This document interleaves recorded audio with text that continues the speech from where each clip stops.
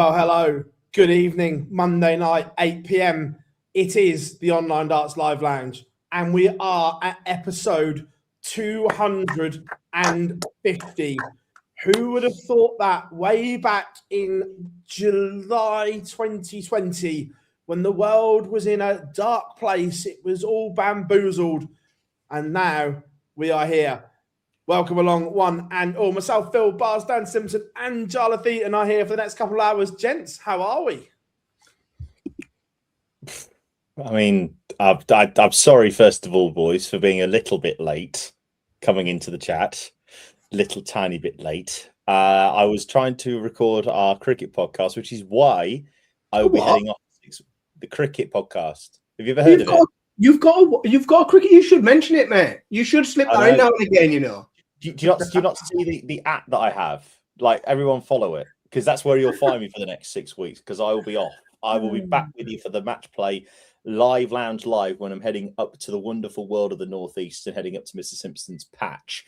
But yes, this is my final Live Lounge for a while, for a few weeks, while I focus a little bit on cricket, because as Barzy and Dan is now starting to see, cricket is all-encompassing. It always, always, always is on. So, especially during the summer and during blast weeks, it's mental. But is there anything to talk about tonight? I mean, it was a very boring Premier League, wasn't it? Like, a really dull one. Jesus. How are you two? Anyway. It's been a canny week. I'll toast you going off for a little bit. I mean, you can see I'm alcohol-free at the minute. Do you know why? Because I'm in training. I'm in training so that I can be... I'm in training to look my best on the beaches of Blackpool. Because... it's so close now. Like, I know it's show 250, but the Premier League being over, it's just like, so me and Phil spoke on the phone today, and it was, and the conversation was pretty much, Premier League's finished, isn't it? Right, Blackpool. let's talk about the match play for half an hour now. Like, let's focus on stuff we enjoy. No, it was all is good up here. We've had a really sunny few days. I managed to get a couple of days off with Mrs. S and the kids. That was quite nice. I built a shed, so I've now got somewhere to store the lawnmower, or for the gardener to store it anyway. You're such a bloke. I love it. You're such a bloke. Fair play. If I could, I tell you what, the level of alpha I achieved over the weekend. I wired in a new light fitting. I did that myself.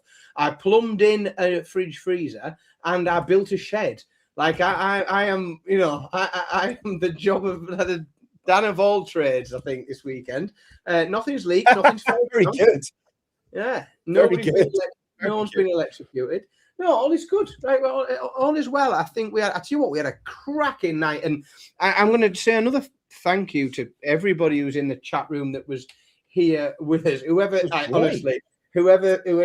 the chat room thinks that I'm a teacher, like, nowhere near. You are basically you could easily pass for being a teacher.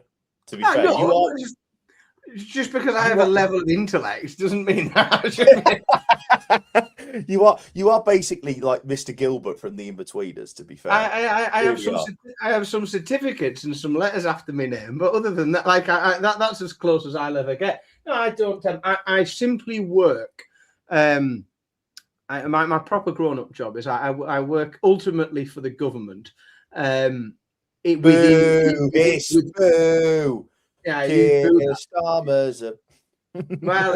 long as he keeps my public sector pension on track, that's all that's all I'm worried about. I just happen to work in the education sector. Mrs. X is a teacher, which is deputy head actually, but I'm not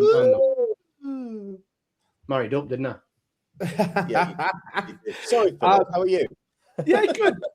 Oh, good. Look, it's been good. The Premier League is done, which we'll come and talk about.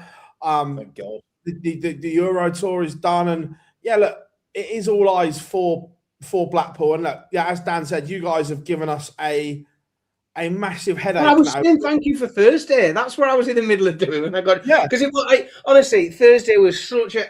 Phil does a lot of watch-alongs, right? And he's quite he does and bless him. I say he's quite lucky, but I look at the schedule sometimes and think, no, I couldn't do it. But we had such a good fun night. I was joined, and I love this now. So we had Dan and Dave in.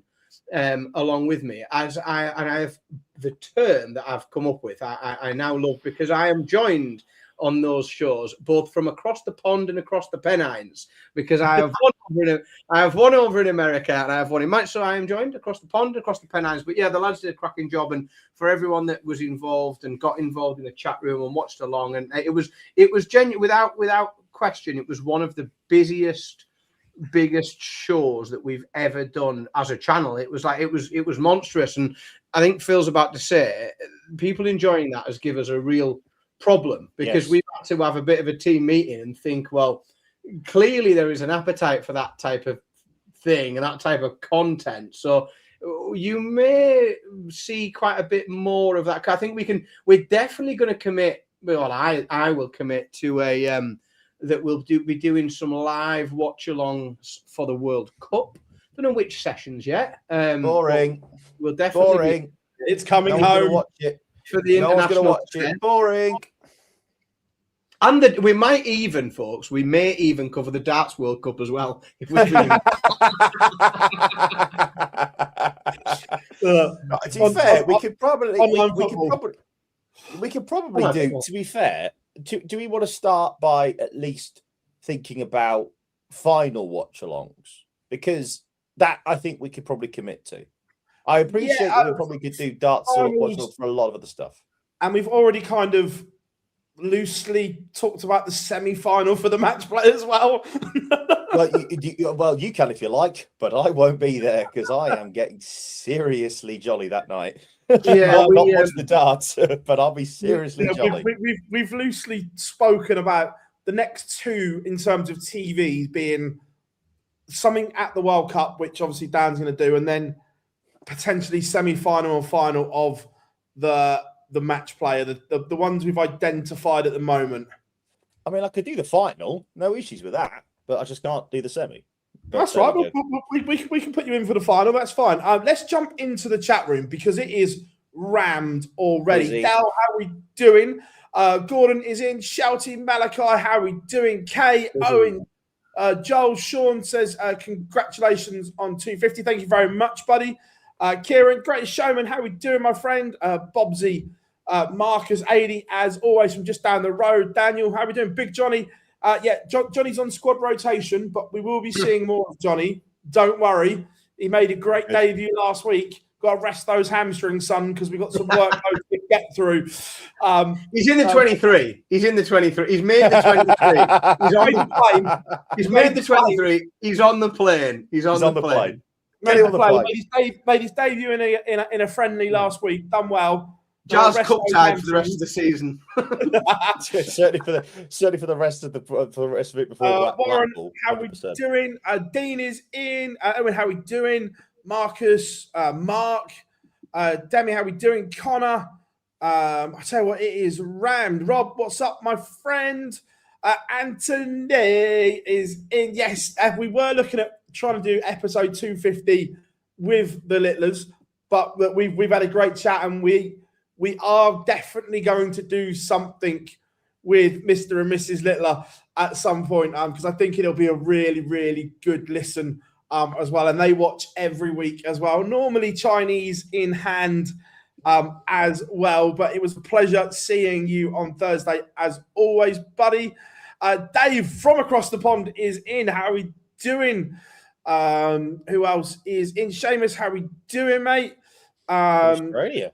Yeah, it is. I'll tell you what, the global base that we are building at the moment, like from the last watch along at the Euro Tour, we had North America, South Africa, Asia, Australia, New Zealand. It was mad. Oh, well, we were Thursday night when we did the watch along for the Premier League. We did a bit of a geographical check in. I think we had 4 continents. I lost count of countries because we were all, but yeah, we definitely hit 4 continents live in the chat room. It was really quite something. I was listening to you on the way around actually, while I was having a little walk before the final started, and I wish it was from Antarctica because fuck me, was it hot? It's disgusting. It's hot in there, was it? Disgustingly hot. Oh, disgustingly hot.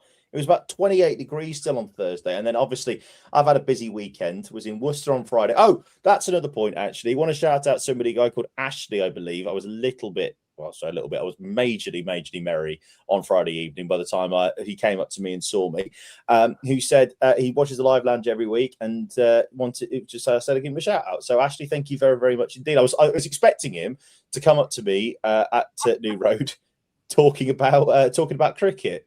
But he didn't. He said he watched the darts instead, so that was good. But it was a very heavy weekend. I was in Worcester on Friday, and then Saturday I was with Deirdre. That's all you need. That's all I need to tell you, don't I? Really. And then that was that. And then Sunday I was working at Edgbaston, so it's been a very busy weekend. But we're keeping up to date with everything. And yeah, the Premier League in particular. I don't know are we going to go into that now or are we waiting? We'll start with the Premier League. We will be mentioning the third, Luke. Don't worry about that. How are we doing, Lendl?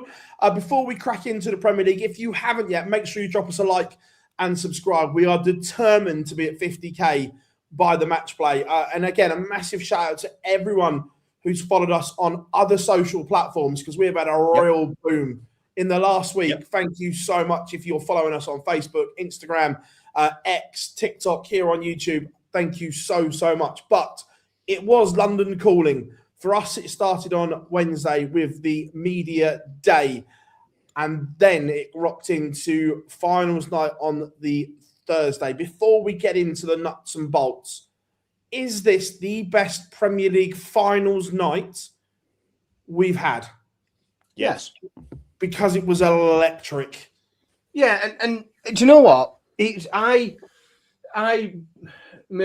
can't deny it because I said it pretty much every week in that the season of this year's Premier League will go down in history as something that happened.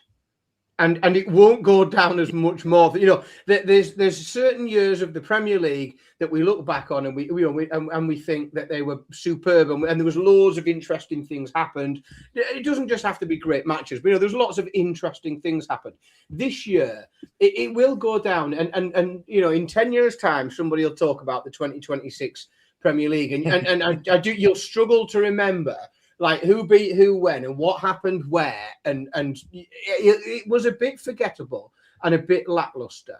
But then Thursday genuinely felt like what we had been robbed of, what we'd been missing, what we'd been robbed of, was that really feeling that excitement of it meaning something and players really wanting to get over the line and things being tense and at times utter brilliance. Like some of there was a point on Thursday where every single Premier League performance record could have gone out the window. Like now we did see the first finals night ever where we saw every single leg possible. That's never ever happened before ever.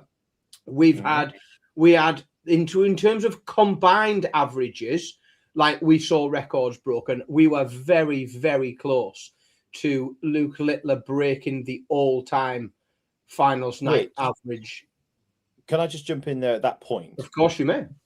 To do that in a best of 21, it wasn't like Taylor at the time. I think, if memory serves me, or was it Van Gerwen, wasn't it? Michael Van Gerwen holds the record with 112.3 something, I think. Yeah, remember, but I think that final was about, like, I'm gonna say 11-5, maybe 11-6, was it? Yeah, it was 11-4, I think. Yeah, it wasn't 11-10. So to do that consistently over 21 legs. Yeah, he beat Michael Smith, who averaged 97. So he did that without being up against it. He wasn't being matched, if you like, and it didn't get nervy. Like when Michael Van Gerwen hit that average, let's be honest, he was very comfortable. Like he was in the zone and he was very comfortable. There was nothing mental. There was no mental strain going on there with that. Michael Smith was just very much there to. He might as well have just handed Michael his darts and held them for him while he played. It genuinely was a stunning performance to maintain it over that length of time as well. It was the best final that I can remember since MVG Taylor 2013, when did he check out a 1-3-2 for the title? Yeah, John Gwynn for an amazing finish. So yeah, it was incredible. You know, but the thing is, as well, is that the whole night was amazing. You know, Littler could have easily had the game won. The first semi-final won at 9-4, misses 5 match darts. Guess he goes on a charge. And then Littler finds the bottle to come through again, a last leg decider, which I'm sure we'll talk about his record in them. Obviously, Luke Humphries has the game won at 6-3. Johnny Clayton has the game won at 9-7. And then Luke Humphries wins the game 10-9. And then in the final, Humphries starts off really well, 6-4 up. And then Littler comes back, charges back. He misses a dart for the title. Humphries then has the dart when you wouldn't expect him to go and do that. And obviously, when he pulled that dart into the treble 1 or the 156, I was just like, no.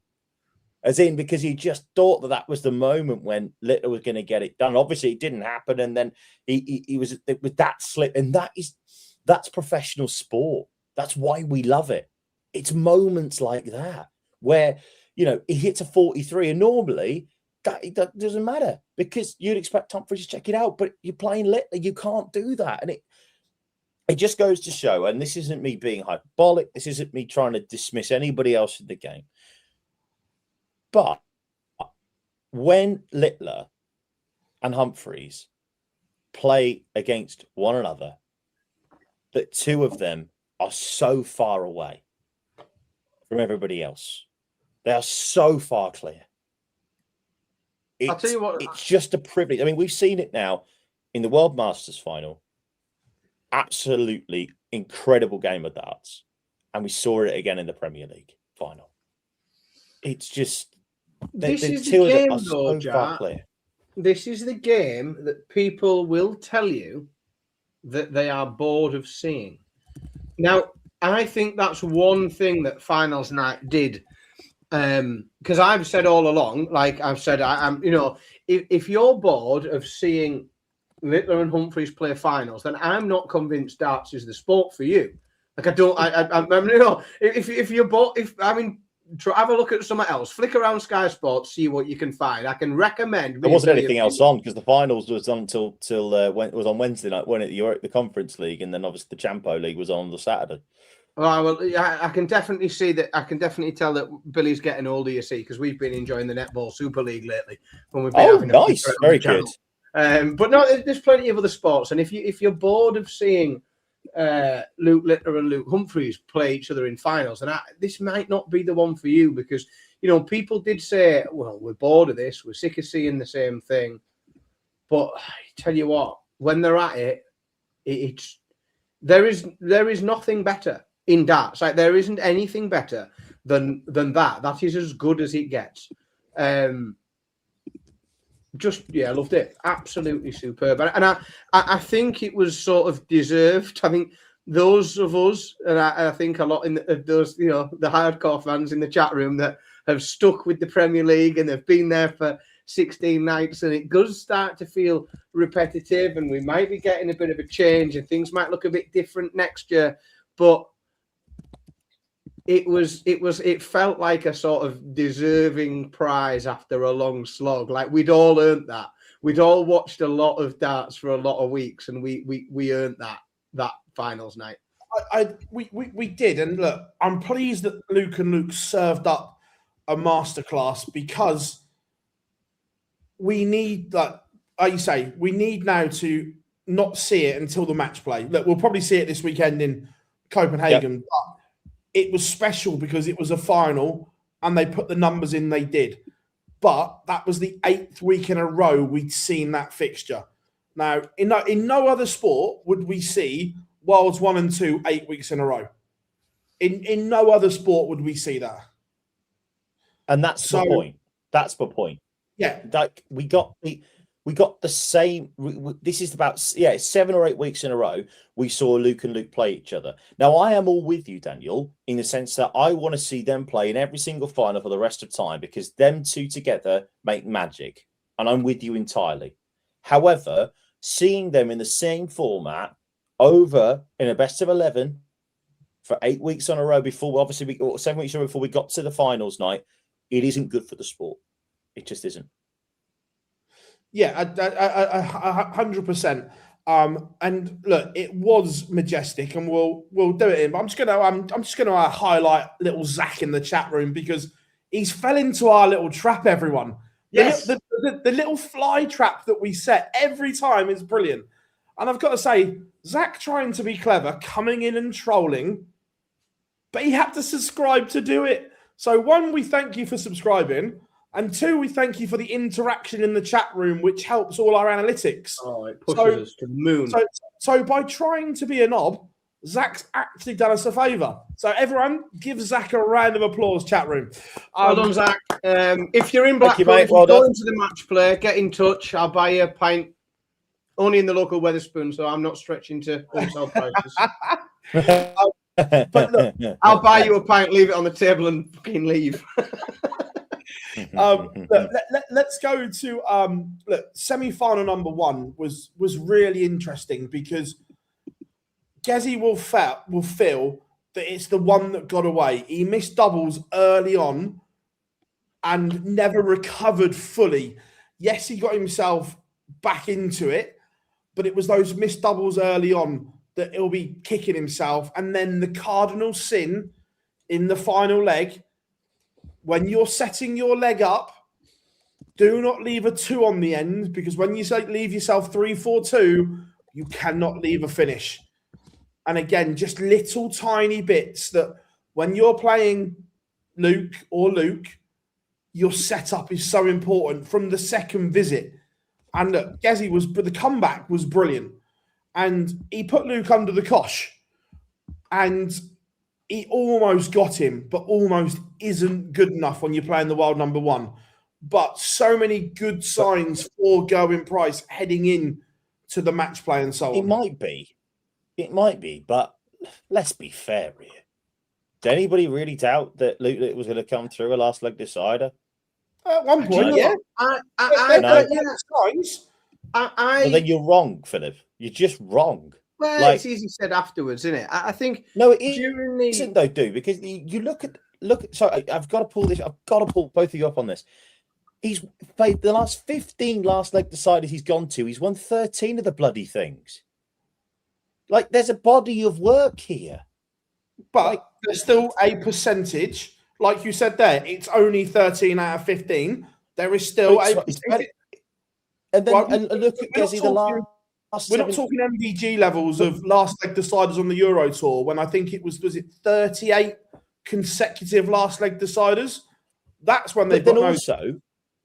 But then also as well, you look at Gezi as well. And again, I'm not saying that he didn't come back unbelievably well. But first of all, he only did that because they missed the chances. But you've then got to take your opportunities, and I concede that. But also, look at the last 17 times he's played him.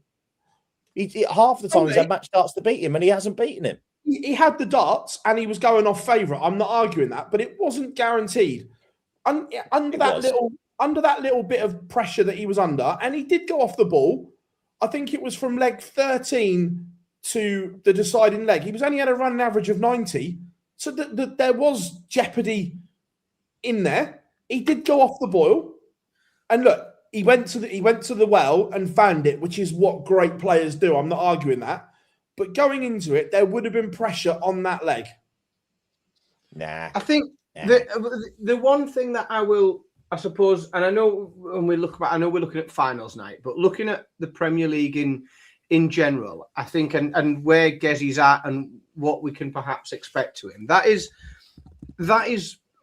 5 semi-finals out of the last 6 televised events. So if we the Worlds was a cock-up, and we know that, but of the last 6 televised events, he's done 5 semi-finals. So he finished the last year strong with the Slam and the Players' Championship finals. This year, if we say the season starts at the Masters, Masters, UK Open, Premier League, everything he's had a chance to on the telly, big events, he's made a semi-final. Now, this is it's like it's a nice problem to have in a way, because that we have consistently seen, former world champions, huge players with outside distractions, players with other things going on, players with other business interests and other things like that. And we've seen them lack consistency. Lots of players we've seen lack consistency. One of the things you couldn't say about Gezi Price is that he doesn't lack consistency. He's consistently sticking around towards the really back end of major TV events. Now, that's a really good problem to have.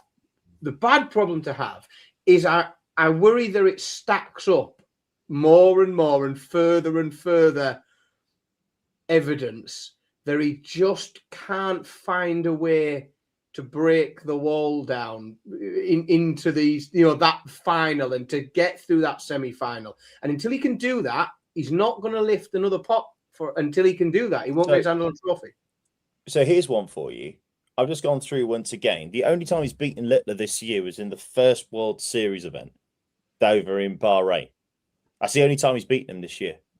At the Masters, he had darts to beat him, and he didn't. In the semi-final, and he didn't. The UK Open, we were there. He had a chance against James Wade. Listen, Wade is one of the greatest players to ever pick up a dart. We've said that for a long time. But with the way that Gezi was playing versus the way that James was playing, we had Gezi off as favourite, and James Wade did a complete number on him. Yeah? Again, fluffed his lines. In this one, like you said, he missed far too many doubles early on. Littler had a brilliant spell towards the start of the second session, and then you've got to try and get back to going to the well. So there's that as well, right? And then also, as well, you look at the Players' Championship events as well. The Players' Championship finals last year, lost to him there. World Grand Prix, we know what happened there. Had a chance to beat him, didn't do so. Littler came back with a 1-5-2 for the ages. World Series of Darts finals, lost to him there. Lost to him last year in the Premier League semi-final. My point is that unfortunately, right now, Luke Littler, for Going Price's thoughts, Luke Littler has got Going Price's number. But is that not the case? I think that's we are perhaps unfairly labelling Gezi Price there, because is it not more accurate to say that Luke Littler's got pretty much everybody's number? He does, and I'm not saying otherwise, but my point is that he's won one game in 17 against him. One game in the last 17. And this is my point coming on to about Wonder Boy, is that he's got, like you say, he's got everyone's number, but also he's getting chances quite a lot of the time. I'm not saying all the time, but he's getting chances quite a lot of the time to beat him. And he's not doing it. So until such time as he gets over the line against him in a big one, he might go and beat him at a Euro Tour at one point. He might go and do that, and fair play to him, or a World Series event coming up. He might go and beat him in Copenhagen. I don't know. But until such time as he gets over the line against him in a big one, he's not going to be able to go and lift that pot, because to do that, most of the time, you've got to try and go through the world number one. And if you can't get over the line against him... Is it realistic? And you've spoken to him a lot of times, Phil? Like you know him, the bloke, pretty well. Do you think he's the sort of bloke that will be? I'm not going to say happy, but content is maybe a better word. With spending the next 2 or 3 years bouncing between 3rd and 4th in the world, depending on who makes a world final and gets beat by a Luke.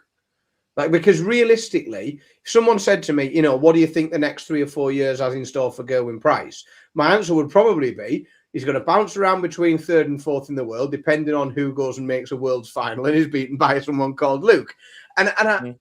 How content do you think he would be with that? I don't know. Over time. Because it's once you get 6 months, once you get a year, But if this, realistically, the last time that Gerwyn Price put his hand on a trophy, 2021 Grand Slam, right, wasn't it? That means something, right? Because let's take out the World Cup and the World Series finals. It was the 2021 Grand Slam. 2021. I've had 3 cars since then. That was a long time ago. I was still with my ex at that point. I didn't know you'd met her at that point. Yeah, we've been together for a year at that point. It's a long time, isn't it? You know, it's for a man of his ability, for a former world champion, for a multiple-time major winner. When it's 2026 and he hasn't won anything since 2021, and we are all fairly in agreement that it's. I think it would be reasonable to say it would be a surprise to me if he managed to pick a pot up this year.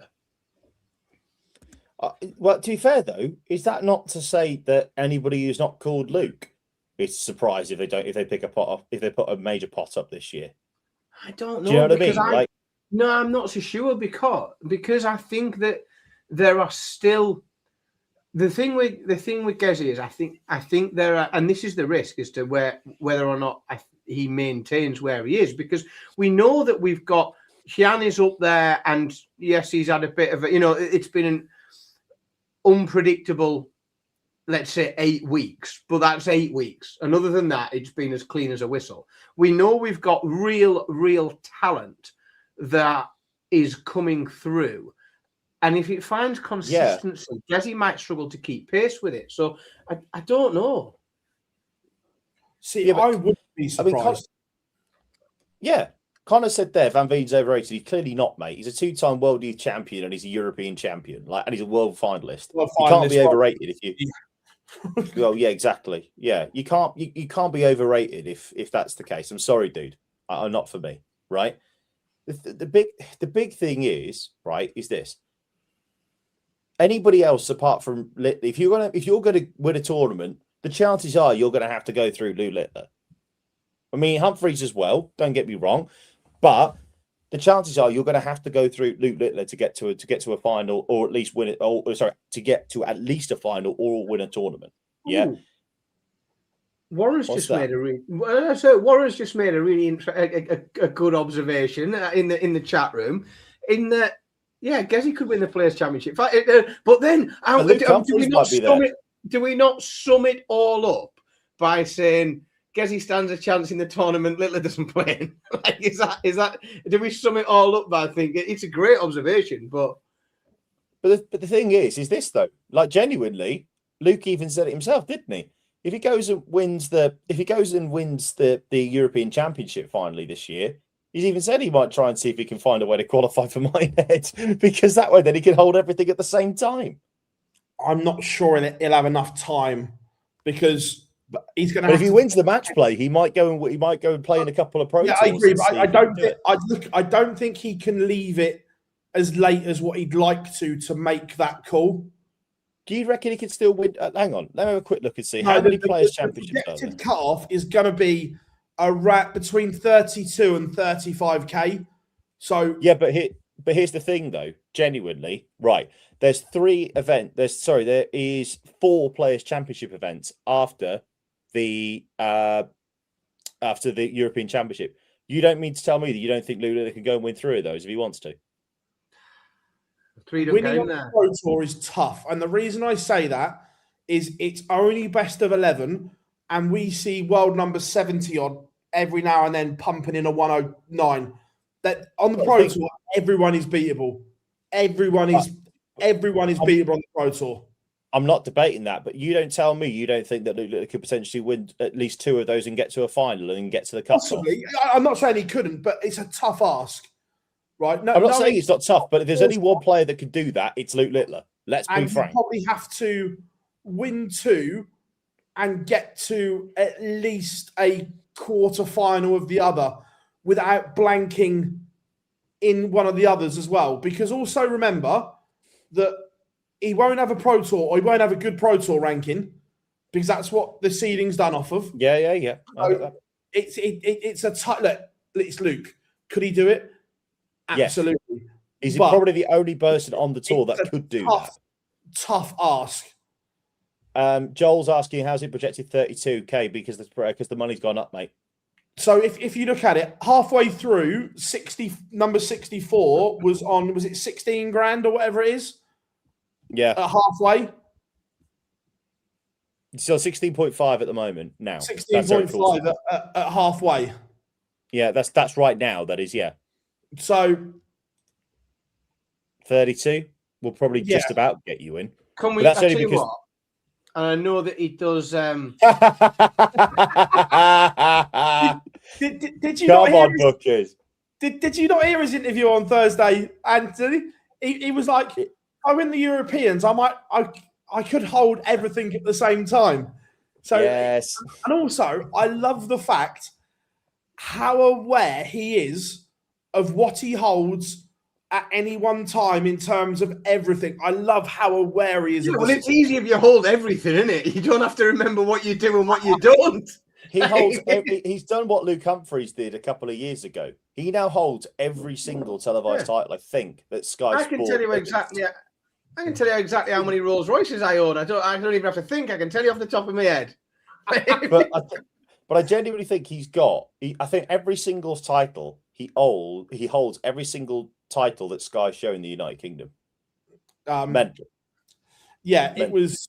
I'll tell you what. There is a problem for. There is a problem if you need somewhere to put those trophies. Yeah. Yeah, we're gonna have to set. We're gonna have to set up. Darts is gonna have to set up some sort of museum. We need a physical hall. We need a physical Hall of Fame now for darts. Do you know what though? That's why we haven't been able to get our at home with the lit list for episode 250 because they're busy building the trophy room out the back in Warrington, aren't they? I think there could be more truth to that than you know. Yeah, I know. That's what I'm saying. I know.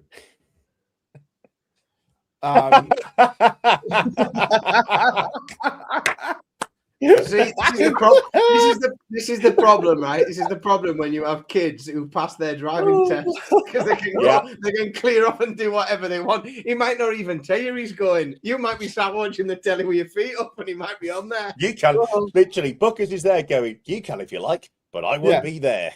Yeah, you and Faith can drive to Minehead. Count me out. This is what happened. Once your kids have got their wheels and they're independent, no, hang on. That's their job to ferry you about specifically to and from the pub after that, isn't it? That's what I've always been told. That's why I'm investing in driving lessons. I tell you what, I can't wait for the time that my daughter turns 17. Here we go. I tell you what, also like going back to the I love this chat, by the way. Chat room, you are on absolute fire. Busy tonight, isn't it? Everyone's up for it. I'm loving this. Yeah, loving it. It was a shame the second semi-final was again ruined by an idiot at the end, and when Johnny Clayton's going for a match start, because it kind of tarnished a really good game between Johnny and Luke Humphries. Yeah, it is a shame. Unfortunately, dickheads will be dickheads. That's what we found out. But I will say this, and this isn't me trying to deflect from it. I'm just saying that I thought, on a whole, the crowd were excellent on Thursday night. The atmosphere was electric. Bar that one knobhead.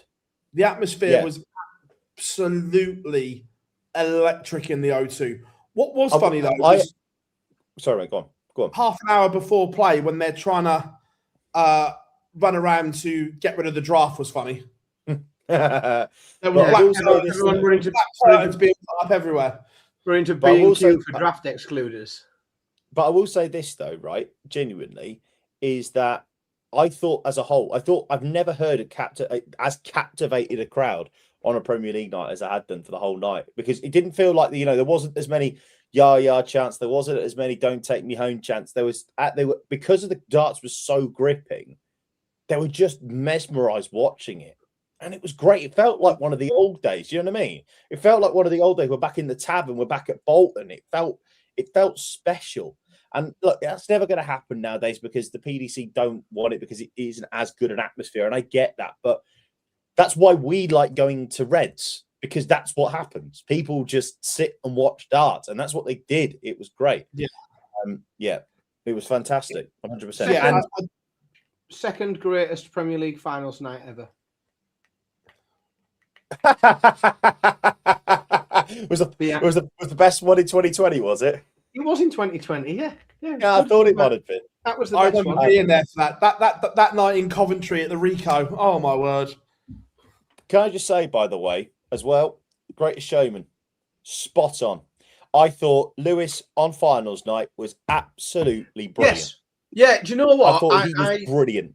Not just on finals night, because we did give him a bit of a shout and we had a chat about him. Like he came in for I mean, he's been on the show and had a chat with us, right? So it's not a secret that he did come in for some stick, and it was always going to be difficult. That transition, stepping into those shoes, was always going to be hard and challenging, and he was always going to get stick and flack.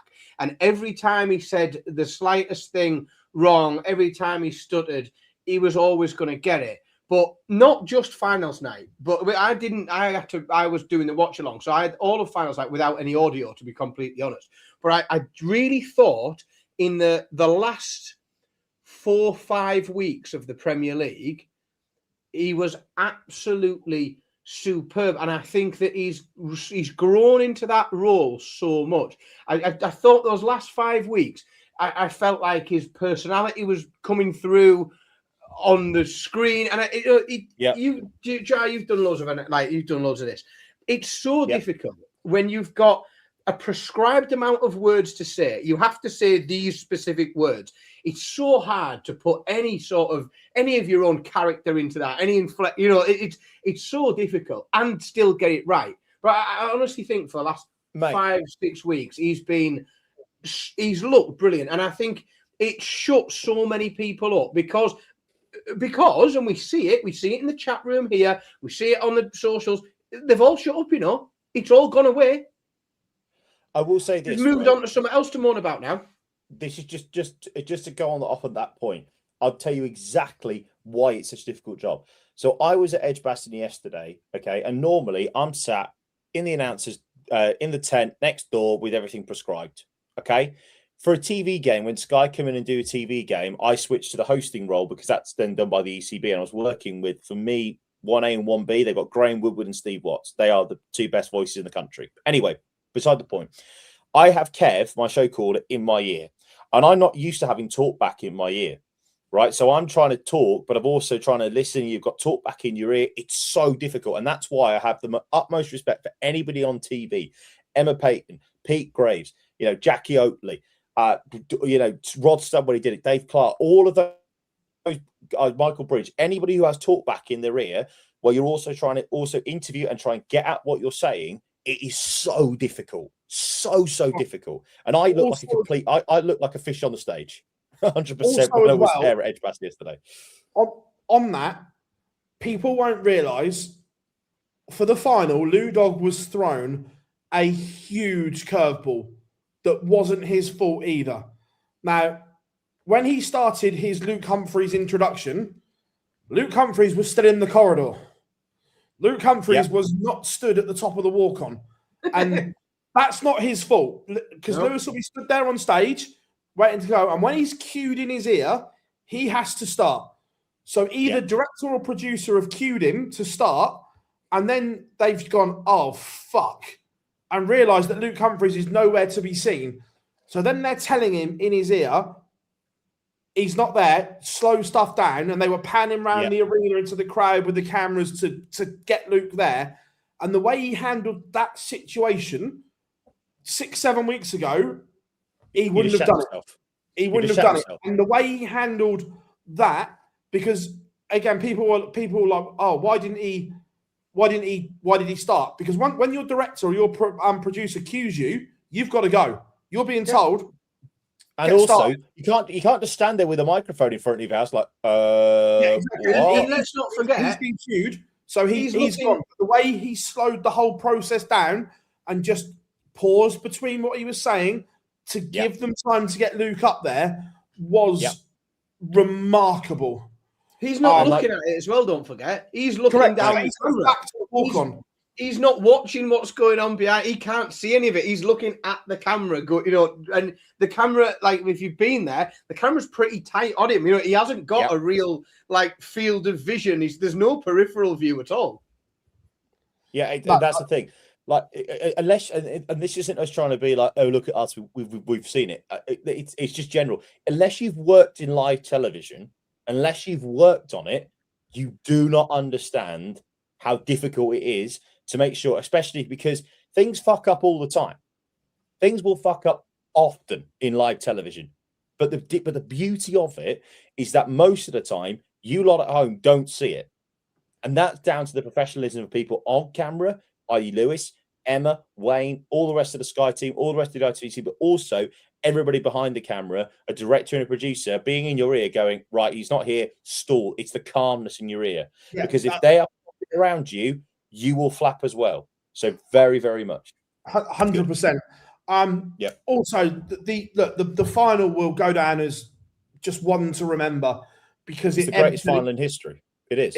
I know it flowed. lines, It went but one way, then the next. The numbers were huge from both, and I thought, interestingly, the bigger stories came out afterwards as well, and the way Luke and Luke both spoke, and I agree with what Luke Humphrey said. It felt like a turning point because, look, since Manchester, Luke Littler has got a lot of shit, and unfairly as well. The way it's all gone on has just been ridiculous. But it felt like a turning point because we had the only one Luke Littler being chanted again, and it felt like that he'd reconnected with the fans and the audience. Look, there's always going to be haters. We get that. But it felt on Thursday that there was a reconnection moment, which was great to see. And look, we saw what it meant to him. The outpouring of emotion from him, not what he's been through, but what the whole family has been through, the shit that has gone on since Manchester. And I'm going to rewind 2.5 years when Gary Anderson gave a very stark warning to the world. Remember it like it was yesterday. And it's almost as if he'd looked into the future and saw it. That it's like, if it all goes tits up, it's on you, as in the media side of it. Yeah. The way everything was hyped and the way everything went off. And look, yes, we love stories, but it was great to see that reconnection and what it meant to Luke. And I thought, as in Luke Littler gave a really, really great interview afterwards about what it meant to him, what his family had been through, the fact that he couldn't talk or didn't feel like he could talk to his mum and dad, and how faith had got him through moments where after Brighton, when he's averaged 79 the week after Manchester, that he didn't want to leave the house. He didn't want to go to the Premier League. And it was faith that got him through it and wanted to go and play darts again. I just thought for a 19-year-old, I just thought it was a brilliant interview. Raw emotion was there, and he just put everything out on the line. I have a couple of views. I mean, I felt that strongly about it. It prompted me to, I was going to say sharpen my pencil, but I generally use a Mont Blanc pen. Ooh. That's not flex either. You both know I do. I carry it around. Tell me what in my pocket. Look No, at me. I was, and I did. It's rare that I engage in any sort of proper writing. Like I genuinely, it's rare. But I did feel an urge to just get something written down and stick it up on our website and try and put a little bit of perspective onto it, because I have sort of two views on it. And there's two elements of it that I wanted to touch on.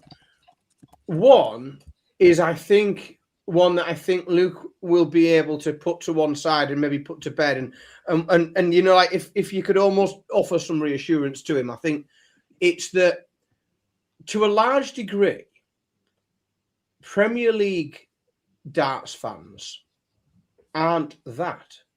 They aren't darts fans, and I think that when Luke was getting a tough time of it off the crowd, and when the crowd were going, like, that's not the darts fans, and they aren't the fans that go, the people that go to Manchester to the Premier League aren't generally, they're not the same people that go to the Grand Slam and that go to Minehead and that go to, that actually really care about darts, really. And they're there for the pantomime and the night out and the fun and the lights and the excitement. And obviously and not being funny, particularly in Manchester, sorry to interrupt you, but particularly Manchester, they're there for the cocaine, considering the amount of fights that they had that night.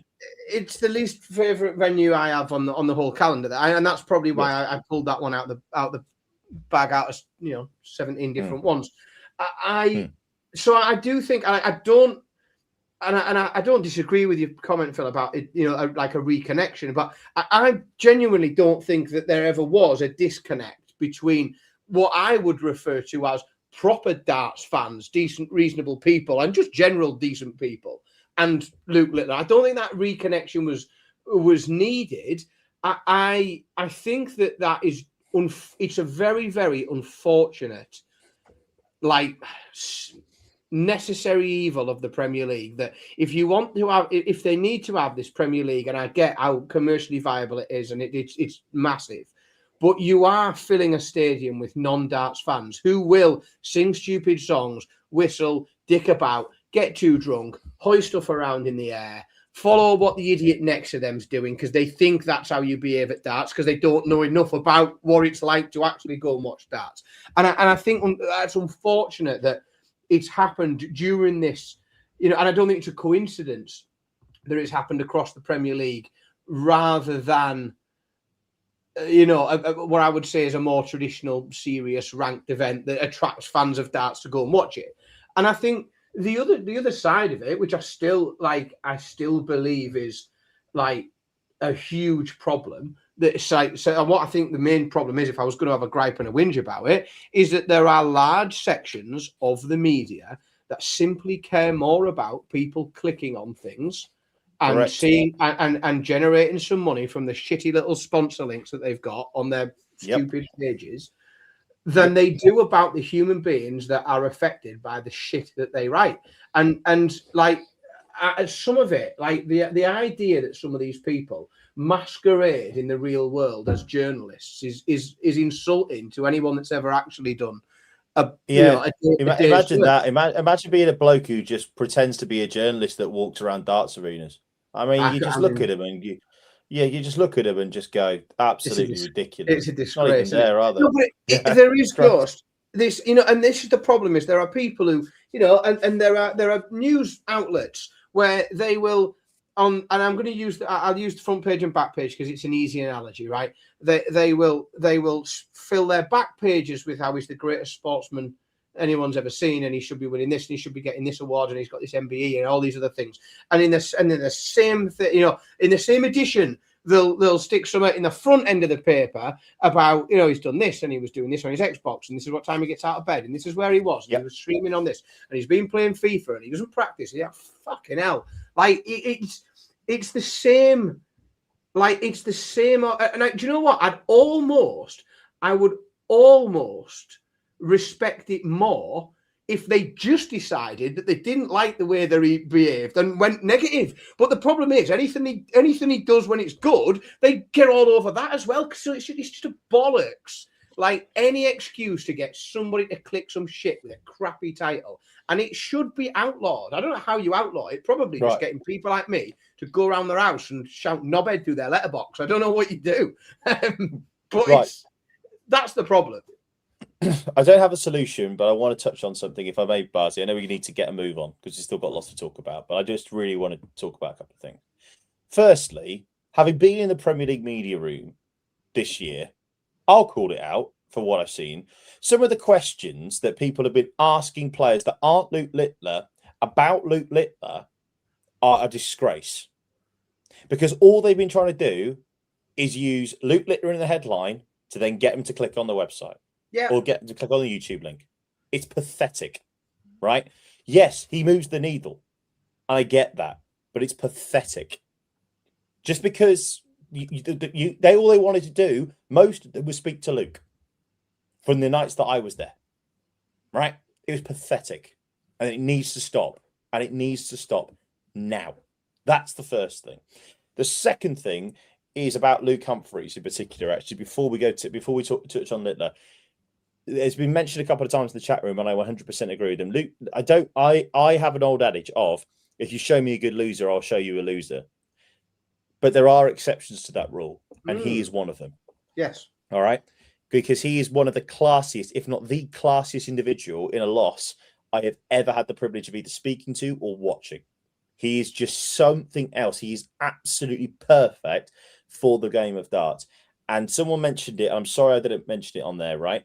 I don't know who it was, but he said that he'd be a great commentator, and I agree. Sky would absolutely do nothing better than sign him up when he finishes putting the darts away, because I think he'd be absolutely outstanding. But also, this is another issue another one I want to touch on Luke as well. This is exactly what Mace has been talking about for years. The British press love to hype somebody up and hype somebody up and hype somebody up, and then as soon as they get too successful, they want to just try and drag them down again. And that's the thing. Right? I don't know what people fucking expect. Like, if you know a 19-year-old, like in your like we've all been 19. Christ, like if somebody when I was like 19 and decided to analyze the life choices that I was making, that every time I decided to go and eat a takeaway, or I would go and do something else, or I couldn't be asked to do something, I would do this or do that, or spend money this way or do that. Like, you could criticize every single thing that I'd ever done, every decision I'd ever made. And this bloke lives a life, and he has pressure on him, unlike virtually any other 19-year-old in the history of sport, because he's competing in a solo sport. This isn't a footballer that's got through and he's playing with 11 other people, and there's accountability is different and everything else. One person on the stage on their own, and the idea that then, like, the parts of his life that he then decides to cling to some normality and be a normal 19-year-old, people are like, oh, it's not. It's so absurd. The fact that they just think that they have the ability to go and photograph him when he's just walking for a night out with Faith or with his family, like, it's not right. It isn't. But that's just paparazzi. But in general, I just think they're scumbags as it is. I really do. But that's another issue entirely. But yeah, like Big Johnny says there, right? If Little was American, there'd be parades in hospitals named after him. For some reason in this country, because British people and English people in particular are not used to success. They're just not. You know, there's always that adage of, you know, the lovable underdog. Well, not really lovable, but the underdog. You know, and all that sort of stuff around British thing. Everybody loves to have a moan about everything in this country, right? Why can't we celebrate? Why can't we celebrate possibly, certainly as a teenager, why can't we celebrate the greatest teenage prodigy in sport there's probably ever been? We just had an idea there. We need to start naming things after him. Yeah. 100%. I built a shed at the weekend. I'll call it the Littler Shed. I'll call it the Littler. And do you know what? It's smaller than the last shed I had. It is Littler. Yeah, I'm going to get a sign for it. You know, I'll definitely enough to do it. Going back to your point, though, I genuinely think... Zach's back. Zach's back in the chat room. Oh, here he is. That means he's made another account, so he's subscribed twice. Push the numbers. Here we go. Push the pump. If everyone got 2 accounts, then we'd have double the subscribers. Oh, we'd have. This is a great system.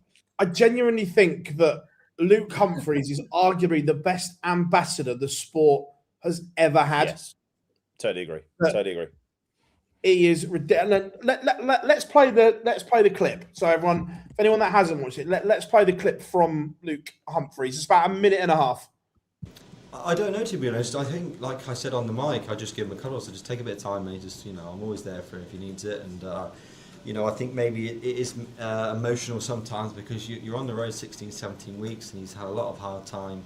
From Manchester, it's probably like been a build-up of emotion from him, and maybe I think he had a little bit of support at the end there, and he's kind of feel like, thank God, I think people have sort of seen past one mistake and let me, rebuild, and people were cheering for him. I think that was just a nice moment for him. So yeah, I love him to bits. He's one of my great friends, and you know, if I need to step in to take the limelight off him a little bit, just to let him relax, and I'll do it for him. That does mean something to him, doesn't it? Yeah, I mean, what he said there would have been emotion. We would never put the darts down, because that's, you know, you're not going to do that. This is the reason why he is who he is, because he's such a great dart player, and you know, it's hard because I've had it before, you know, for no real reason. I just had the crowd on my back after I'd be looking at the World Championships. Everyone just hated me for no reason. And it's hard because you're kind of at home and you don't actually want to go and play darts, because it kind of feels like everyone just hates you and don't want to see you play. And I know what he's going through, but we all do want to see him play. I think the fans do want to see him play, because he's a, you know, I think darts needs Luke Littler. Luke Littler don't need darts. That's the truth. And you know, for me, it's nice to see that he's bounced back from you know, with the fans, and he just needs to, you know, just give him a little bit more, like he's doing on. I think he's doing some social media bits to just show that he's just a normal person. I think everyone thinks he's a robot, but he's not.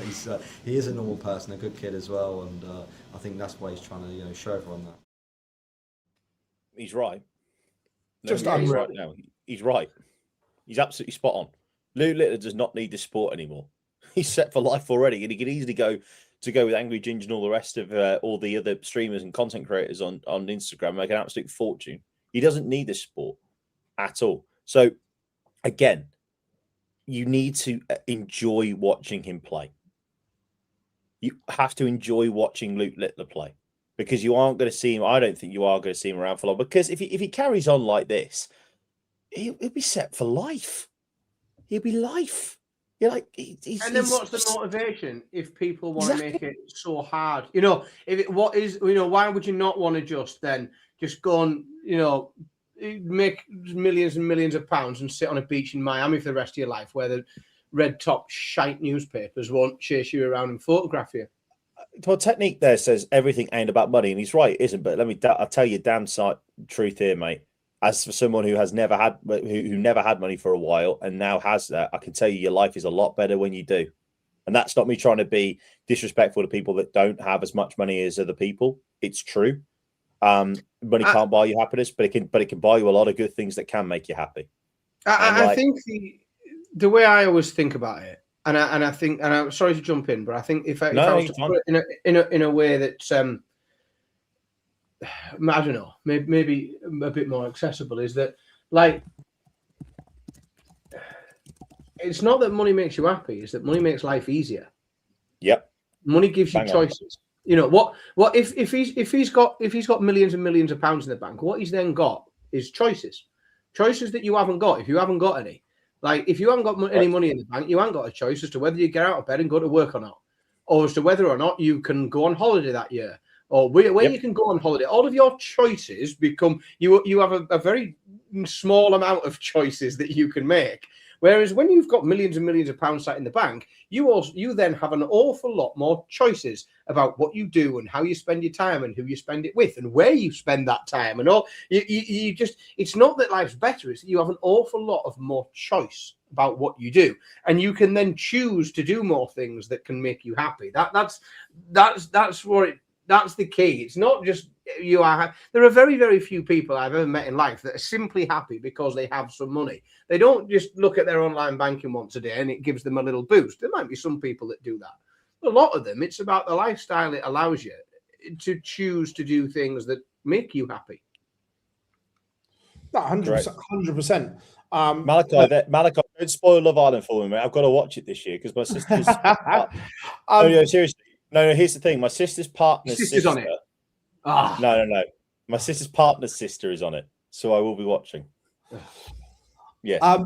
Look, that caps off a wonderful Premier League finals night. But what next for the Premier League? Matt did a few interviews. The one with Sky came out on the Wednesday. All but said. There was one he wasn't happy about doing. There was it all but said we're going to get a change. What do you think, or what would you like to see the next evolution of the Premier League look like? Well, you know what the one I'd like, but it's not going to happen. So, do you want a realistic one or not? The two leagues. Yeah, I think that'd be great. 16 players, get them in. One every, you play each other once a week, once every week. and then you then have a quarter-final lineup, 1 versus 8.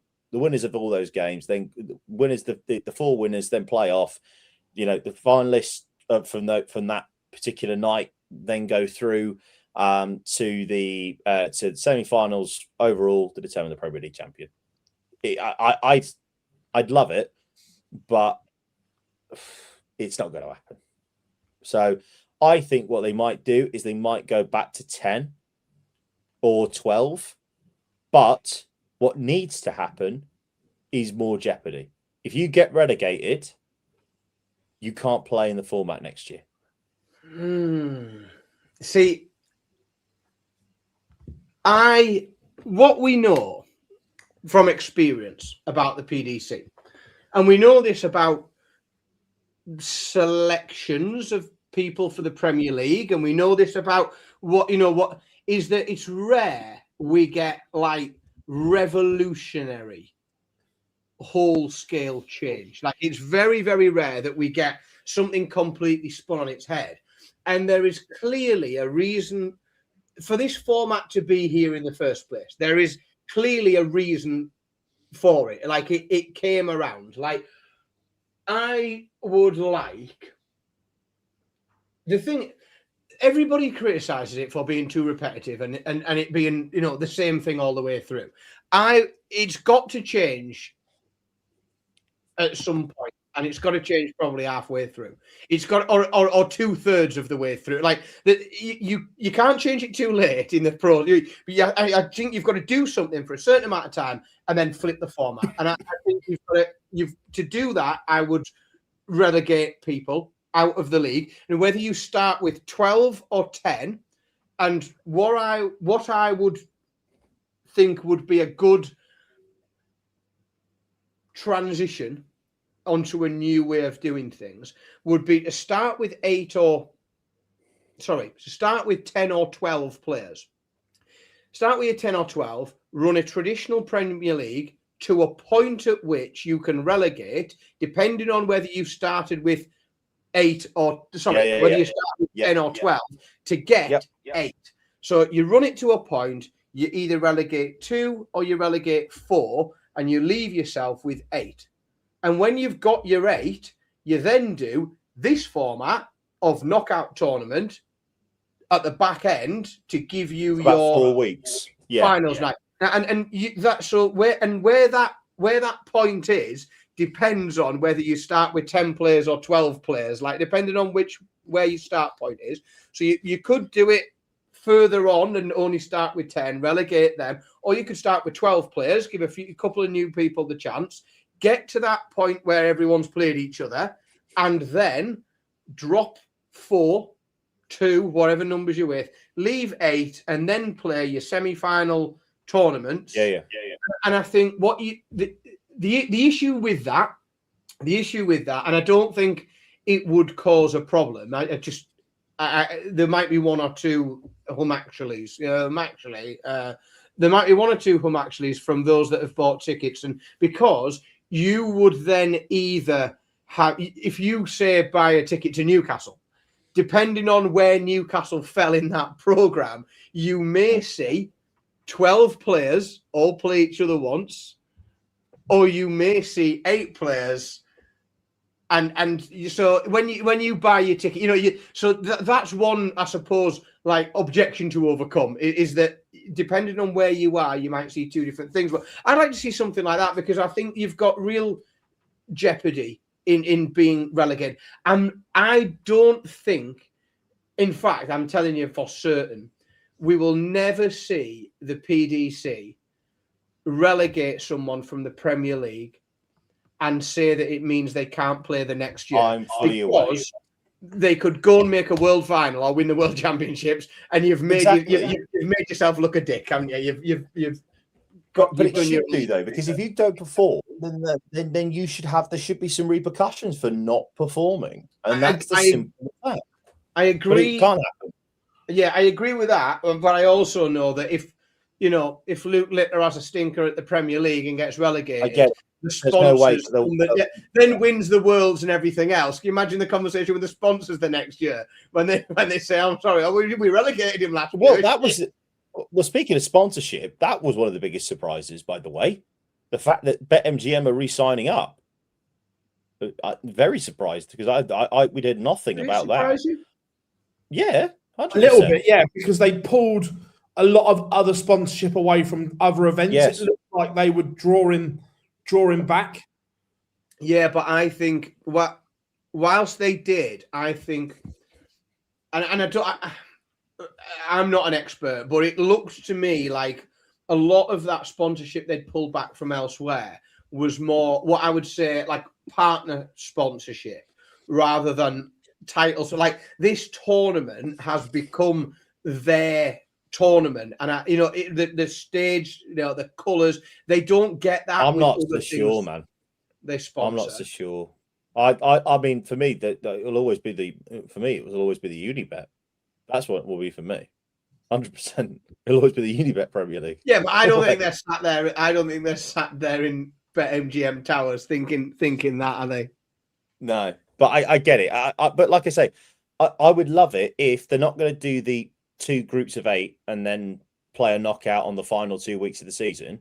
I'd love it if we could actually have some jeopardy in the Premier League, and the fact that if you get relegated, that's it, you're done for next year as well. But it will never happen because obviously they want to make sure the big boys stay in the competition. And I get it. If this is your marquee roadshow event, you want the best players in it, and you want the players that will sell tickets.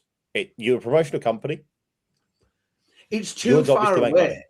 If it was like if it was cyclical in that, there was a tournament that ran throughout the year, Pro Tour.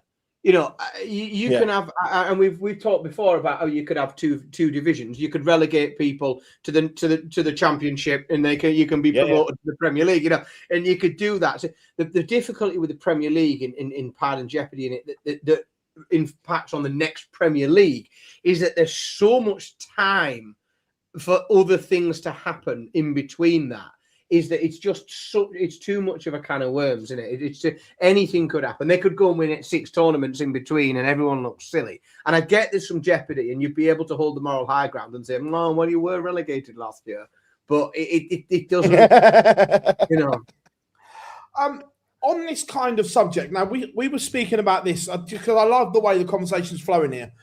I was speaking on the Pro Tour stream last week about the calendar, about how would you redistribute the calendar to maybe just balance things out a little bit so things aren't so stacked at the back end, and like you're not chasing around. How would you change the calendar if you could move one tournament?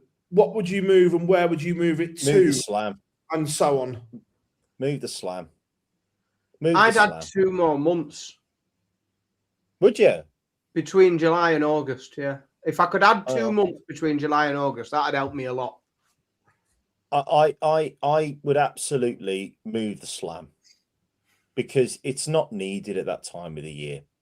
It isn't, because the amount of leg play events that go on at that time of the year is nonsensical.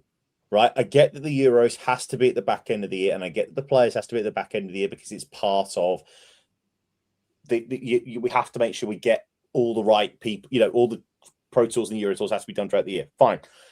If you want to move the World Grand Prix, you can do, but I'd actually keep the World Grand Prix where it is because it's set play. Yes, it's a double in, double out, but it's set play, so it's setting them up for the World Championships. Move the Slam to somewhere like May, June time. After the Prem, because it frees up a month. I mean, look at this month, right? You look at it. Yeah, we got 2 or 3. Was it 2? Is it 2 World Series events? I think it's 2. Yeah, and then we've got the World Cup. We've got the World Cup. Switch them around. Put the World Cup on in November for a 4-day event, if you want. Put it in a cold place in Germany, whatever the bloody hell you want to do, and then move the Slam to a week-long event in June. Because it builds them up for the match play. There is arguably there is some value in swapping it with the World Cup. I'm not sure you can move it anywhere without the. Or maybe up to September, maybe, because again, there's no real big darts on then, or August or September, potentially, to after the back end of the match play. What happens in September? World Series finals. That's it. World Series finals, and sometimes does the Grand Prix start the back end of September, beginning of October? Sometimes, then you move that to the middle of October, because then you can maybe move the Euros to the start of November, and then the players at the end. So that way, then they actually get a break in between all of them, because, like you say, it is just one big TV tournament after another, after another, after another, and it's not good, because not just thinking about it from that point of view. Look at the main broadcast. Look at Sky.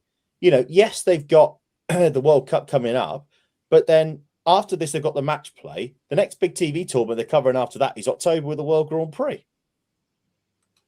Like the Premier League in there. The Premier League is a real pain in the calendar, isn't it? Because you have this huge gap between.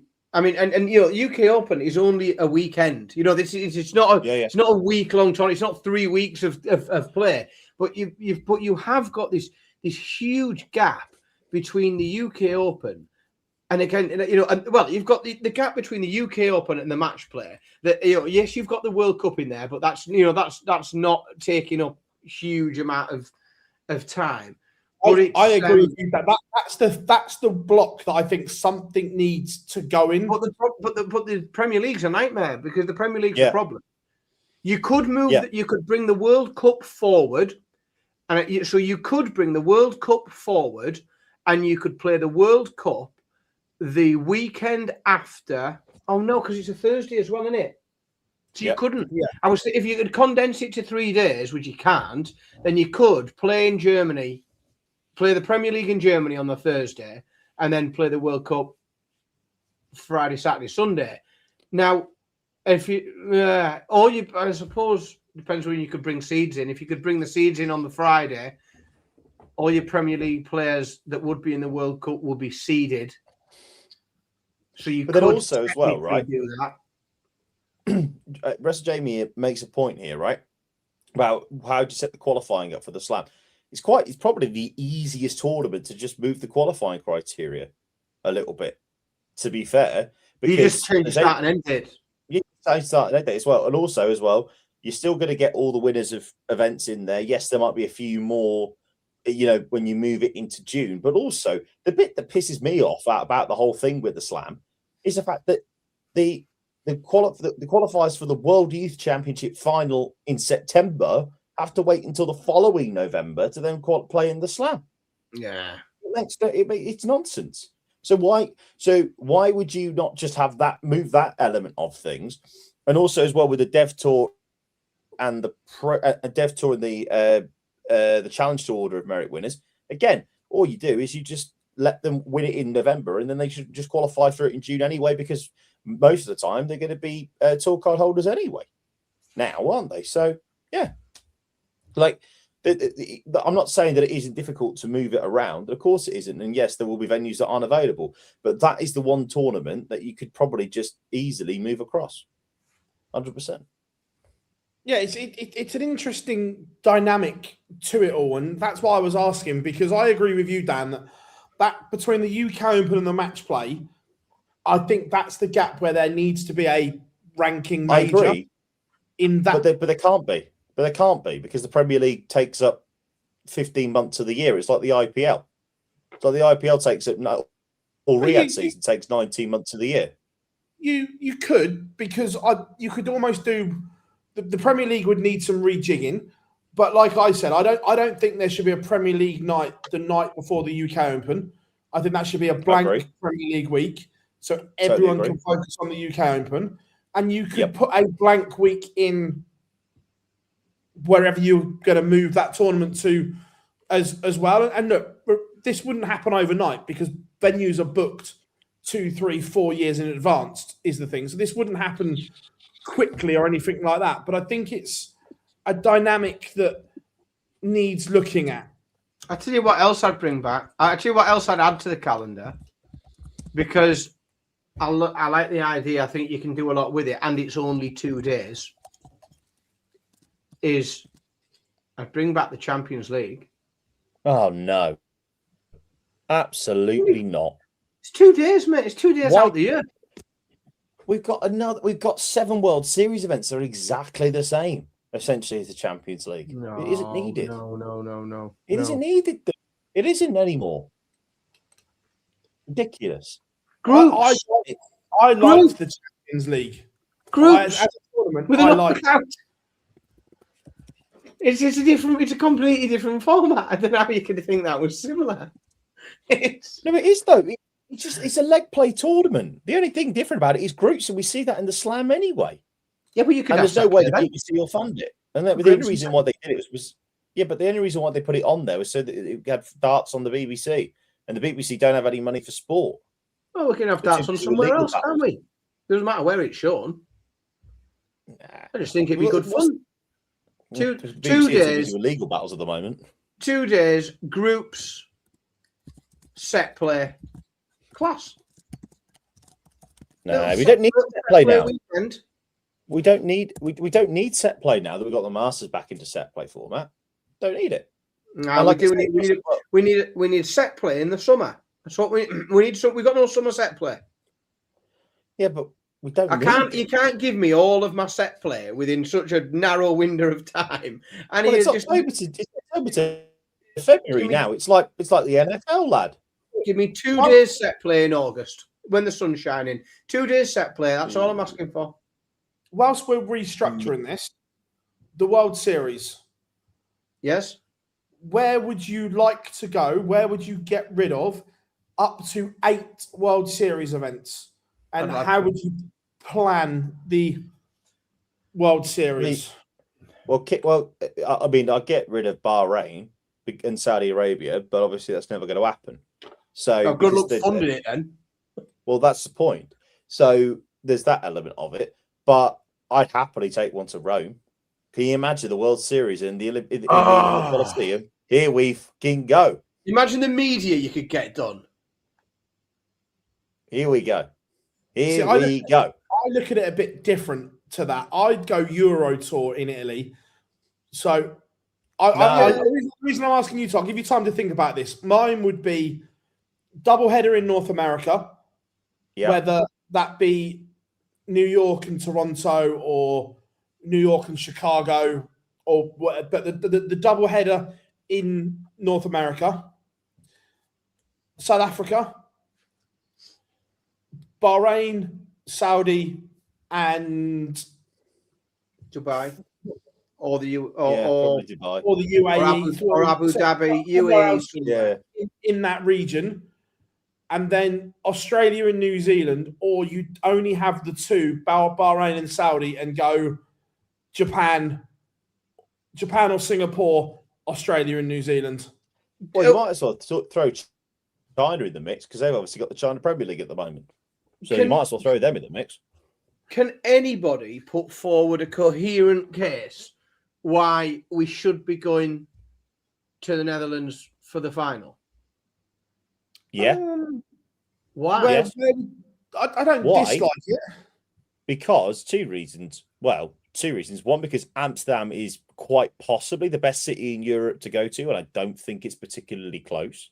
And secondly, it is a nice, easy way for them to have a TV major final without actually sending a proper one over. It's the same with the Premier League.